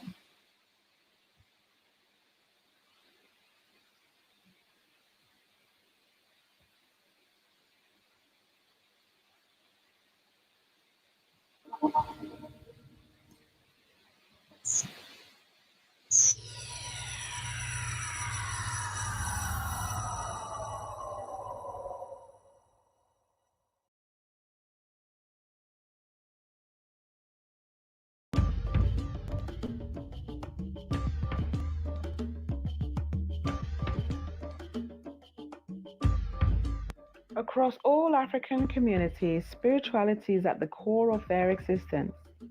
It permeates every aspect of life and is held to be the source of all occurrences and experiences.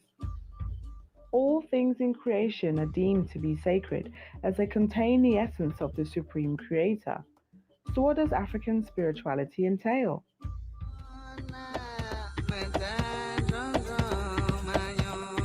The oldest belief in God in Africa was that God is a mother. Then came changes. There appeared belief in a male God, side by side with the female. The concept of God, the concept of the Creator, the concept of is there even such a thing as the Creator is a big question that humanity has grappled with for many, many thousands of years. Because Africa is the place where the human race originated, Africa would also be the place where the very first discussions about what or what is God, goddess, creation, was there ever such a thing? That would be the first place where that discourse would happen. Now, the scholar that's advanced the discussion was Professor Charles S. Finch, who is a medical doctor, but he's also wrote something called Echoes of the Old Darkland. And in that book, he spells out his theory that when we're looking at the origin, evolution of the concept, it wasn't originally God, it was goddesses. And these goddesses were not based on women, they were based on animal types. Some people call them zoo types, right? And you had images such as the pregnant hippopotamus, large and impressive, and pregnant because she's about to give birth. And this idea of being about to give birth is creation of new life. Their mother was the creatress before there was belief in a male creator. That is what the stories say. Before there was a father god, there first came a mother god who gave birth to the father god. According to Dr. Finch, other images of the creator came from nature. The moon became important because the lunar cycle of 29 and a half days is connected to the woman's menstrual cycle, which is also of the same length.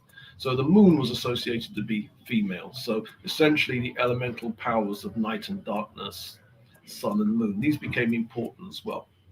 Then you've got the tree being an important symbol because the tree with its fruit, the tree as a symbol of protection, this is now sustenance and so on. Again, this was associated with the goddess.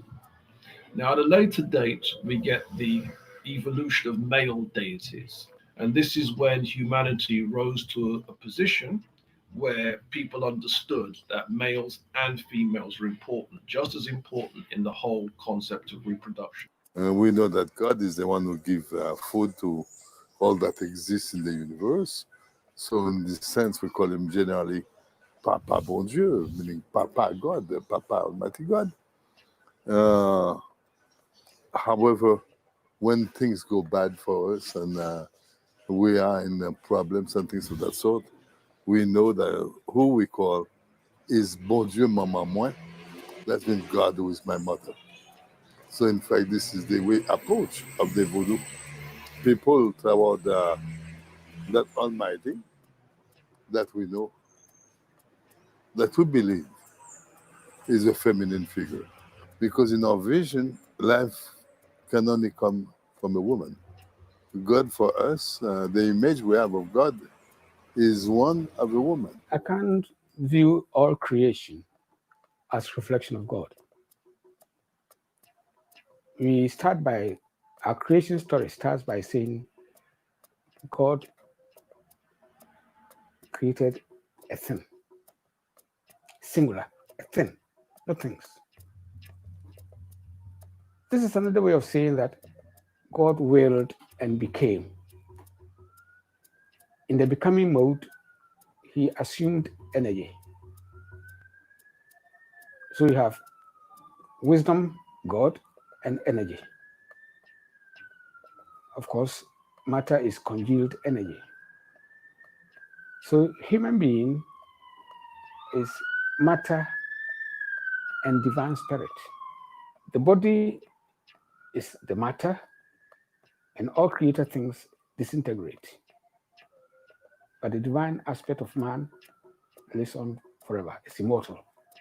When we say Asasia, we are acknowledging the bounty of God. The earth gives us trees, vegetables, shelter, and everything else we need. So when you call Asasia, we are acknowledging the bountifulness of the divine, not a separate spirit living anywhere. When we call upon the trees give us seeds, food, and shelter. So again, it's acknowledging the bountifulness of God. We call on the river, you get fish from the river. You get water from the river to wash and drink. Again, it's a manifestation of God, which we are acknowledging. So the Akan prayer, all his activities, is a prayer to God. Our world is not a one-fold way of looking at the spirit world.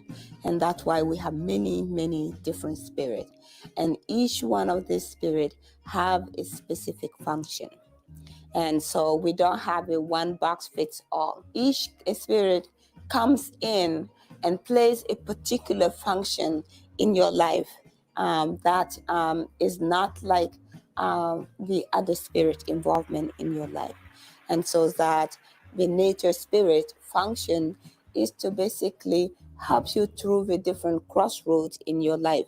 to help you unstuck yourself and to help you expand in such a way that you can embrace what lies ahead of you. And the fire spirit role is to basically help you be inspired. And we all know without inspiration, nothing works in this world. And so when the fire spirit shows up in your life and ignites your whole life, that we call it that I am on fire, that fire is not to be used in a destructive way, but that it is to be used in a way that enable it to help you connect to your spirit and to connect to all the different spirits out there, so you can have more alliances in being able to achieve your purpose and so forth. A natureza, para nós do candomblé, todo mundo cultua a natureza, porque nós cultuamos que as árvores, cultuamos a água, cultuamos os fenômenos da natureza, como o trovão, o relâmpago, as lagoas, o mar, que cada um dessas coisas que eu falei tem um orixá que protege, tá entendendo? Então, para nós, nós que somos a religião que mais protege a natureza e que é mais ligada à natureza, porque sem a natureza a gente não pode fazer nada. Porque toda a nossa cultura é em cima da natureza. Entendeu? Por exemplo, mesmo, ali nós temos dancô, que é uma árvore, temos iroco, que é outra árvore, temos apaocá, que é outra árvore. Então, tudo nós em cima, as fontes sagradas, todas as fontes são sagradas para a gente, então a natureza para a gente é tudo. Sem a natureza, o candomblé não existe. A big part of our tradition is what the West call deities or gods, what the Akans call Obusun, and the Yorubas call Orisha, and the Voodoo of Haiti called Lowa, and the people in ancient Kemet called Neteru. And what they're talking about is the forces of nature, what we call in this society laws of physics. What we're calling our deities or our forces of nature are powers that exist in nature and in all the plants and elements and animals of nature. But these forces also exist in each human being. They also exist in the greater cosmos. They also exist in every cell in the human body. They also exist in each organ in the human body. They also exist as a process in each system in the human body. We have the respiratory system. We have the blood system. We have the lymphatic system. We have the digestive system. These are systems in the body that works according to certain rules and principles that have certain powers. And these systems, the respiratory system and the digestive system, they all interact with each other. In the Voodoo Pantheon, we have what we call Oluwa. They are spiritual masters. They are our teachers. There are vast categories of Wa. Some of the principal ones are Ogun, Ezuli, the Gede, Dambala, Sogbo. There are a number of spirits that Africans brought with them from places like Benin, Dahomey, from Nigeria, Yoruba land, Igbo land, from Angola, from Senegambia, from all these places. We brought these traditions with us to the Americas. It's broken down in categories in IT that does not exist in say, in Dahomey or in Benin. It's broken down in ways that it doesn't even exist in Brazil. We have Rada spirits, which are the older, cooler spirits of Africa. But we also have the petrol spirits, and the petrol spirits and energies were born here in the Americas. They were born here because, again, part of our work is this act of remembrance. It's this act of remembrance. It is also about maintaining space and territory. If we're constantly being cut down, if we're constantly being killed, if we're constantly being tortured, we are not in a position to serve as the instruments of the Loi.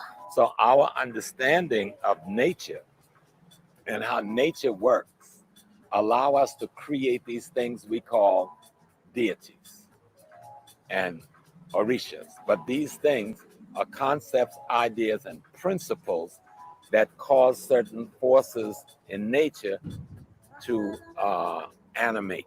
Through studying our religion, we see how these things animate in nature. Then we learn to use them to cause them to animate within our own self, starting with our personality to ethical moral training, then to have them by changing your behavior, your belief, your attitude. You also then introduce these forces to the very molecular cellular structure in your body, because those things cause changes in your body as well, based on the same forces. So that's what deities are, and that's what forces of nature is. The Loi, the Orisha, Inkisi, Vondu, all of the names that we call our spirits by, all of the manifestations of God, teach us to be our own masters. Our own masters. They teach us to be self-sufficient. They teach us to be administrators and governors of our own destinies. These are basic notions that actually have extreme importance and extreme value in the 21st century. The forces of nature are therefore archetypes of knowledge representing aspects of ourselves and our connection with the Creator. They reflect the interconnection between all things, as all originate from the same source. Ultimately, they remind us of our inherent power, and by studying them in more depth, we learn how to manifest our God consciousness to attain our divine purpose on earth. Donduma, olha aí, Donduma. E as aves do campo chora, Donduma. E olha aí, Donduma, olha aí, Donduma. E as aves do campo chora, Donduma. E olha aí, Donduma, olha aí, Donduma. E as aves do campo chora, Donduma. Olha aí, segura a onda. Segura a onda. Segura a onda.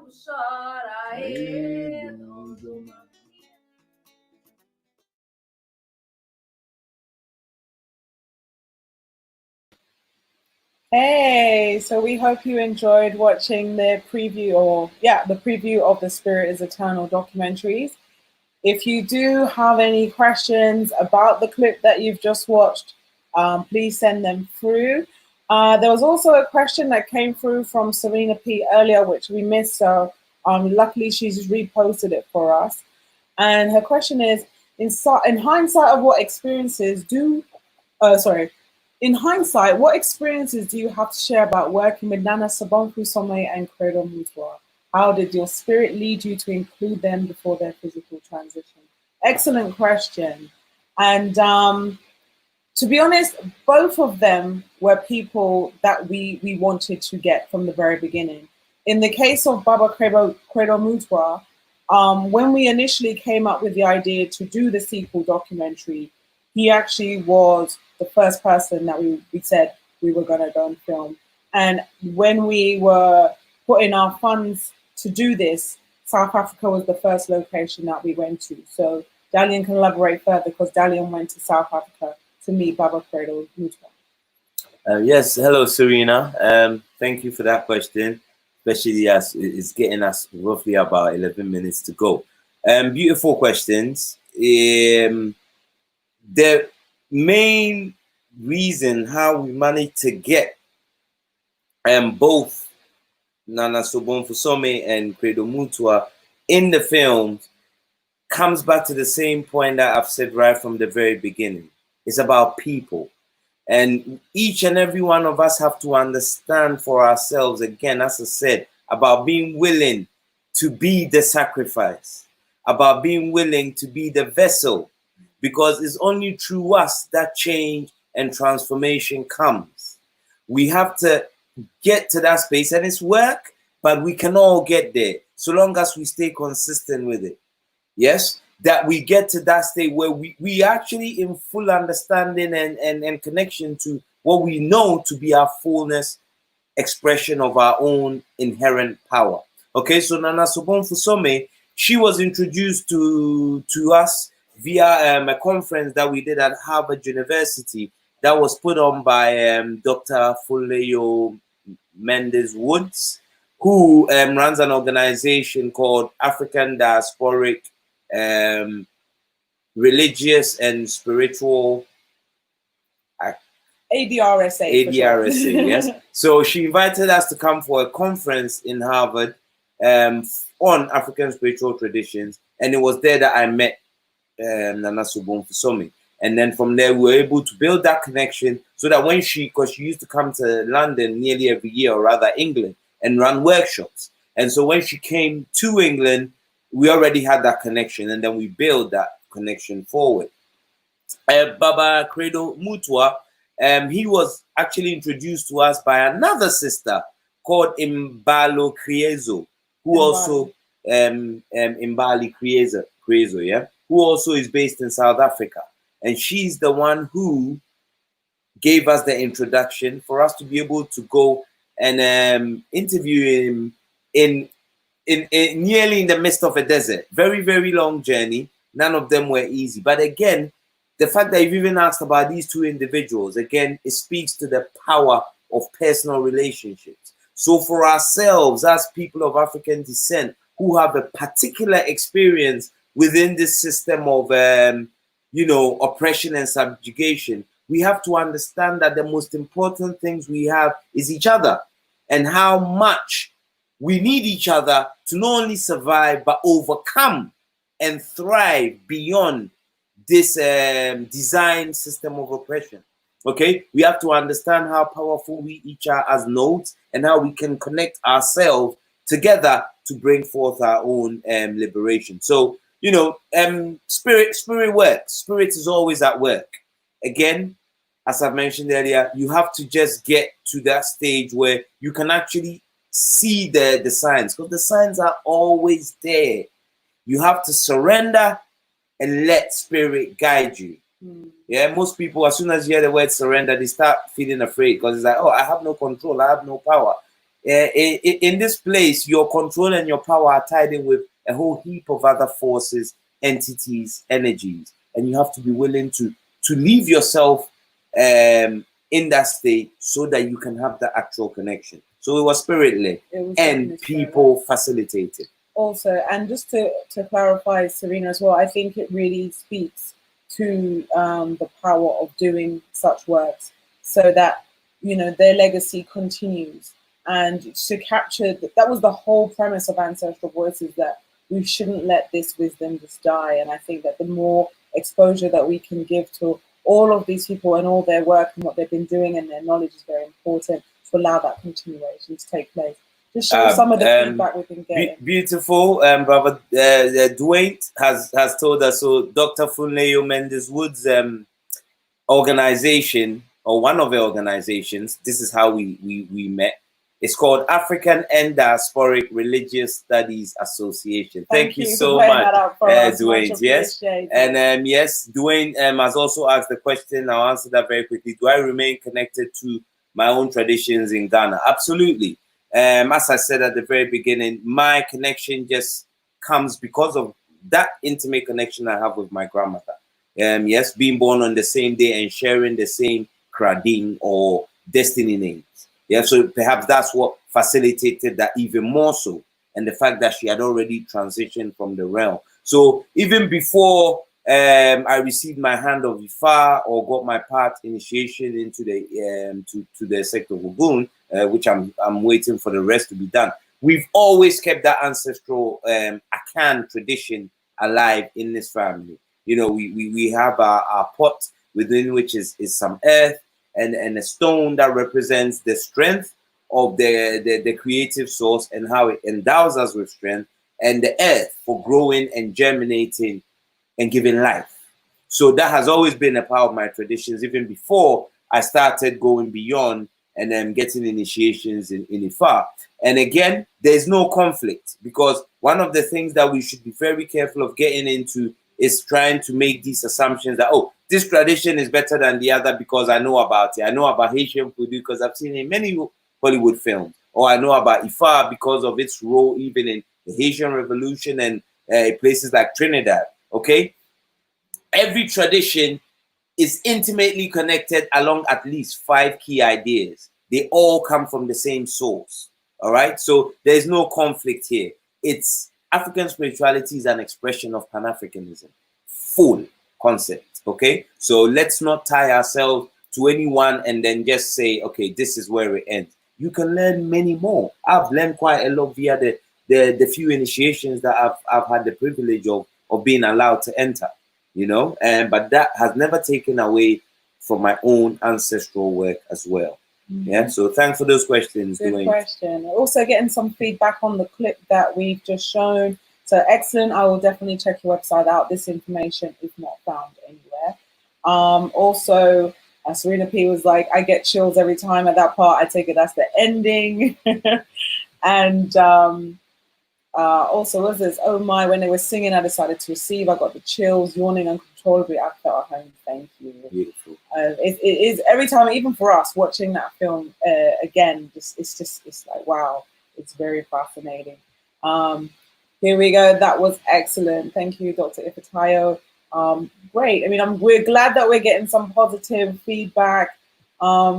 This is really opening my eyes. Thank you. So thank you very much, Sharon, for sharing your feedback through. So, you know, it's beautiful to actually be sharing this experience with you and to be able to go through your questions and show the film clips and talk. And, you know, there'll probably be more of these videos coming up over the next course of the few weeks and months.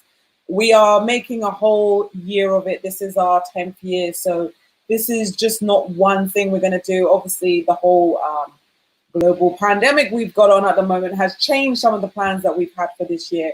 But as we've already discussed, we don't let obstacles get in our way. We just find new ways to maneuver. And that's what Spirit does. It teaches you how to navigate your reality using your spiritual insight. So we will be doing other type of events. Feel free to check out our website. If anyone has any last minute questions they want to put through, we can try and clear that. Oh, that's a lovely point. Oh.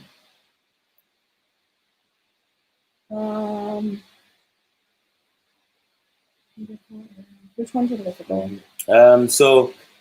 Sister Tangela Wilson's question is, any recommendations on how I can research my African roots? My grandfather doesn't know. Of course, we were brought here.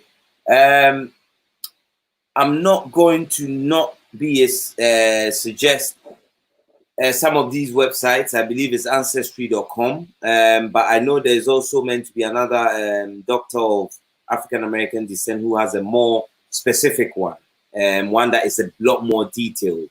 You know, really one of the best things to. Okay, African ancestry. I think yeah. so, but okay. For us, we haven't gone down the DNA route. For us, we focus on the spiritual. So I would say that start with the ancestral reverence and see how that works for you, because you may find that you start to get intuitively guided on which region that you're kind of familiar with or what you're comfortable with. I'd also say that our Spirit is Eternal documentary series and the book also is for people like myself. I'm Jamaican, so I don't know where from the continent I'm from. However, at this point in my journey, I don't feel removed anymore because I've come to understand the core philosophies that can be found. And for me, that has been very empowering. When I started this journey, I didn't have what Dalian has. Dalian knows exactly where he's from and his people and his lineage, his culture. I personally didn't. But now that I've been able to connect through these spiritual practices, that feeling of not knowing or feeling disconnected is not there. So if you do want to go down a DNA route, cool. We can't personally verify who to go to. I know many people have different experiences with the DNA thing, but I would definitely recommend spiritually to do that. Can you respond to that? Yeah, no problem. Yeah, go ahead. Yeah, I'm not going to respond that. I can do it. Go ahead. Blank Mystery perhaps this will just help share some useful information for you, Tangela, as we just recently said. Also, just be very more so open to your intuition. Okay, as Blank Mysteries has said, I recently started studying Kemetic science, but I've always been drawn to Ghana. I've lived in the US my whole life, but as a little girl, I was attracted to the name way before seeing any pictures. You see, again, as I've mentioned before, about being open to receiving some of these ancestral messages. They're so subtle, you might just think that they're of no use. But that's the voices and messages you need to really pay the most attention to. Because that could be an experience that is vibrating here to just the name. Because the Ghana modern day country we have now is also an Asian African empire. Okay, so a lot of those is actually the empire that predated the Songhai and the Mali Empire. They all learned from that Asian Ghana Empire. Yeah. So again, the knowledge is transgenerational, and it's always here, regardless of what our history has been since the Europeans, in particular, interrupted Africans' history with our brutal enslavement. You know, so be open to listening to these suggestions, and perhaps as you grow, you might be able to contact or make contact with someone who is a deep enough diviner to be able to open your eyes further, but also listen to how you feel, listen to your own vibrations, because your cells are speaking to you actively. Your intuition is your guide ultimately, so always tap into that. I just want to get into Sankofa Rising, who's given us a nice little closing message. Rise up, Ancestral Voices, for their fantastic work. Thank you very much. That is truly appreciated. Thank you. You want to do any more? Or? We'll take the very last question from Strong, and then we'll bring it to a close. But again, as Verona has already said, this is not the last 10-year video because we're just about only halfway through this year. We will definitely be having another one, so you can book this in October, which is the month in which we celebrate or commemorate, rather, the achievements and contributions of Black people or people of African descent to world history. So to commemorate that Black History Month, we will be having another one of these lives again, where we will specifically be dealing in depth with it. But we also have a range of interviews with some of the people who've been in the previous films that will be coming up. So again, please, if you want to be updated, sign up to our newsletter and you will receive all this information and never be out the loop. So we'll take the last question, which is from Strong, and then we will take it forward from there. Is it possible to depend too much on divinations, or more divinations and rituals the better? And how do you know if the divinations process has been completed correctly? That's a lot of questions. I don't know if we have enough time, but I will give a few. Really, divinations, I don't think you can necessarily depend too much on divinations. Divinations are like a guidance tool. But then again, you see, sometimes you also need to listen to self first, even before you've gone into the divination. And sometimes you can use the divination to check if your feeling is right.